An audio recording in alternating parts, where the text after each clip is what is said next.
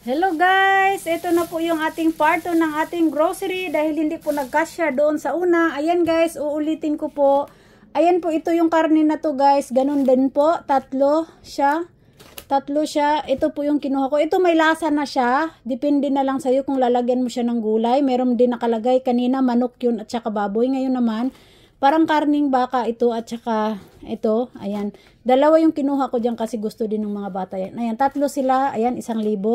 Kumuha din ako ng salmon. Shaki ang tawag dito sa kanila. May 20% kaya naging ganito na yung presyo. Patong na lang natin yan dyan ha. At saka, tignan mo naman yung sibuyas dito guys o kung gaano kahaba. Ito yung sibuyas dahon sa kanila guys. Yan, dyan natin yan ilagay ang sibuyas dahon dahil napakahaba ng sibuyas dahon na yan. Ayan. Kasi tapos bumili din tayo ng guys, bumili din tayo ng nori. Ito yung nori na karugtong kanina, dalawa kasi yung binili ko dahil pinapapak ni Bunso yan. At saka syempre bumili din tayo ng gatas. Ayan, 3 pirasong gatas yan. Kasi yung mga bata talaga pag sa umaga bago pumasok ng school, talagang hindi pwedeng walang gatas. Ayan. At saka bumili din ako ng ito guys, instant na parang macaroni soup. Ayan, creamy soup, pasta. With salmon pala guys, with salmon. Ayan, masarap yan siya guys. At saka bumili na rin ako ng tinapay kasi syempre naman magugutom yung mga bata pagdating sa school.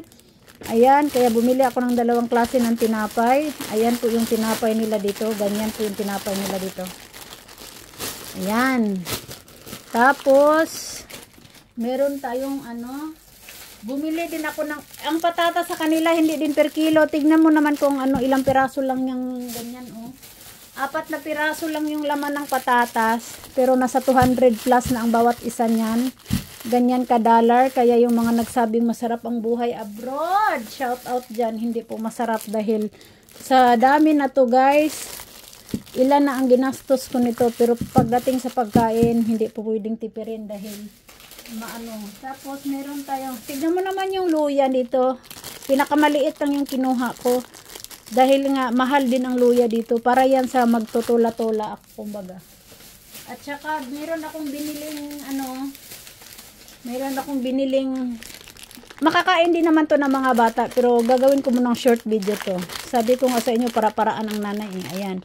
Ano po yan siya? Candy gummy po yan siya. Iba-iba yung flavor. Ayan. Ngayon ko lang nakita kasi to kaya binili ko na. Ayan. At saka, nakita na naman to kanina yung tofu. Bumili ako ng maramihan na sauce para isahan. Tapos guys, bumili ako ng luto na dahil hapon na po ako itlog uli. Walang kamatayang itlog dahil yan po yung paborito ni Bunso. At saka, ang itlog dito guys, ganito po yung lagay ng itlog dito. Ayan. Ilang piraso? 2, 4, 6, 8, 10. Meron kasi minsan nitong itlog guys, 12 ang laman.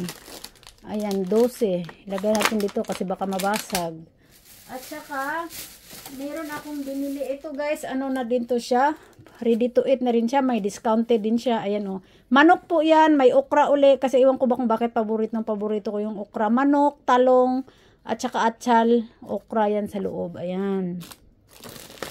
Tapos, iusog natin dahil para makita yung iba. Ayan. 'Di ba nakadalawang tayo. Tapos guys, ito uli, talong uli dahil paborito din ito ng pangalawa kong anak. Yung talong na may karne na parang ginawang hamburger sa loob. At saka bumili din uli ako ng barbecue sa kung tawagin sa atin dito yakitori. Ayan, discounted kasi siya kaya ang bilis ng mata ng nanay. Kasi pag discounted guys, attack ang nanay basta discounted. Ito anong tawag sa atin ito? Pechay ba to? Ito ba yung pechay? Hindi ko blanco utak ko guys. Comment down below, pechay ba tawag dito? Ayan, 98 yan guys. Tapos bumili ako ng pangmerienda dahil sobrang init. Nilalagay nila to sa freezer para pag malamig. Ayan, parang ice cream na rin, di ba? Iba-iba lang yung flavor. Ayan. Ayan po yung 4 po yung binili ko dahil malay mo ako din ganahan kumain. At saka, eto ang laman nito is isda. Isda, yan. Discounted. Mabilis ang nanay basta discounted guys. Ayan. Ayan po lahat. Isda po. Shaki ang tawag nito. Shaki. Pero para siyang ginawang, basta isda ang laman nito isda. Yan. At saka syempre, ito yung Mitsuya cider. Ano to guys, may ano pa rin to, yung parang Pepsi pa rin to sa atin ba? Sprite. Parang Sprite. Ayan, ganyan. Ayan, yan yung ating mga nabili. Kaya, ayan. Thank you again and again sa inyong lahat guys. Ayan, ipapakita natin uli sa inyo lahat ng ating mga nabili. Kasi hindi na talaga siya magkasya sa lamesa. Kaya, ganyan po yung ginawa ko guys. Ayan, pasensya na kayo ha. Ayan, ito po yung mga nabili natin. At saka ito po yung gatas. Ayan. At yung mga, ayan. Ayan po guys yung part 2 ng ating video. Sana nagustuhan nyo at hindi kayo magsawang suportaan ang inyong kainday guys. Lubos at taos puso po yung aking pasasalamat sa inyo dahil lagi po ninyong tinatangkilik yung aking mga video. Ayan, ayan po yung pagkain nila guys. Sana sa susunod kong video, pagkain naman ng Pilipinas ang maipapakita ko paano.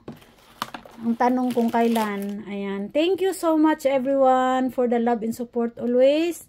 Ayan, thank you guys. Ayan, ayan yung mga pagkain ng mga hapon. Ayan. Thank you so much again mga kainday. Shout out again sa inyong lahat guys.